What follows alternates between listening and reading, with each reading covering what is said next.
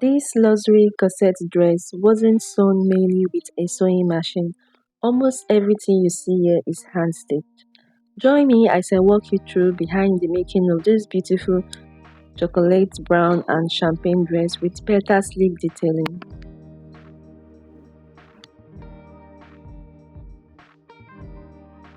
This is the lace I'm working with. I have here 1 yard of chocolate brown lace for the top. Then this champagne is 2 yards. I use it for the down. As you can see, it's heavily beaded. To line the skirt, I use this fabric that has a liquid shiny surface. The fabric is stretchy. I feel like it will work well for the skirt base. For the top, I use a brown crepe fabric that has a cotton interface at the back. And I made use of this satin fabric to line it. As you can see here, I have drafted out my patterns and I have cut the fabric and the lining for the top and the lace for the down part of the dress. I joined the top front part together and the lining part also. As you can see, on the lining part is where I did the padding, the bust caging with Regina boning, which I later fleshed out. So I joined both pieces together and sewed it and finished it up by adding the eyelet. This top is an inbuilt corset. After joining the top with the skirt, here's how the base looks.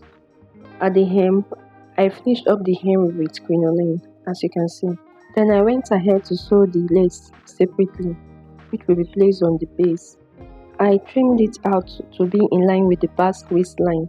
Then I went ahead to tack it at the waistline and zip area all around. The stitch I am making here is an invisible stitch with the color of the thread and this curved needle. To do the lace placement for the top, I went ahead to find the busiest and fullest part of the fabric that has more bead detailing following the pattern design of the material.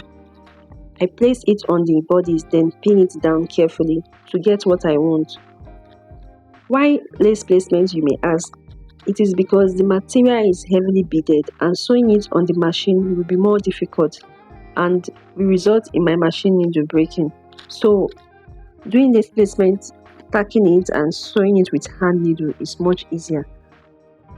The needle I use here is a curved needle. This will be more easier to sew around curved surfaces like the bust area and bum area, for example.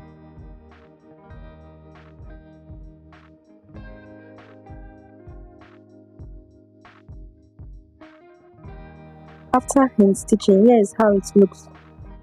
For the sleeve, I drew a flower petal-like shape to cut out the lace and the lining. The lining for this petal is a combination of organza and tulle fabric, which I interfaced together with a hemming gun. Right here, I've stitched both the lace and the lining together all around at the top, and as you can see, I added copper wire on it before stitching it. The copper wire has this vein-like illusion. Why I added it is for the petal to not just look flat but can be curved or bended a little. Here's the copper wire that I use. To achieve the design that I want, I had to break the beads on the edges of the petal so as to have a smooth surface to attach the cup chains. So this is the cup chain and the glue I worked with. I went ahead to apply the glue at the edge of the petal. Then I placed the cup chain on it. On every part I apply the glue, I will place the cup chain.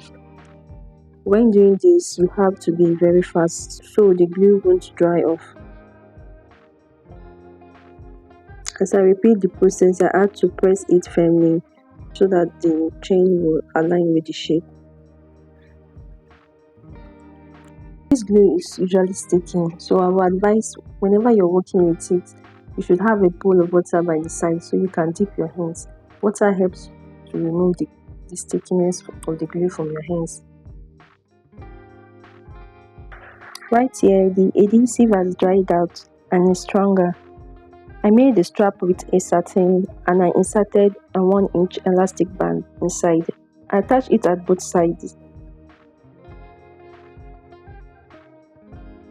I wanted a sleeve that would be stretchy but firm.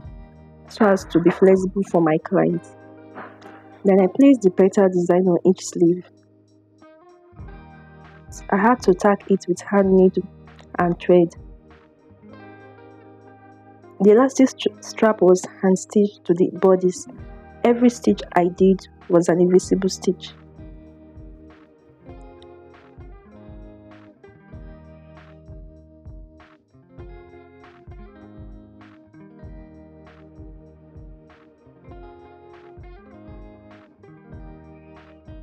Here is how it's under. It's very beautiful. It can be styled this way or off shoulder.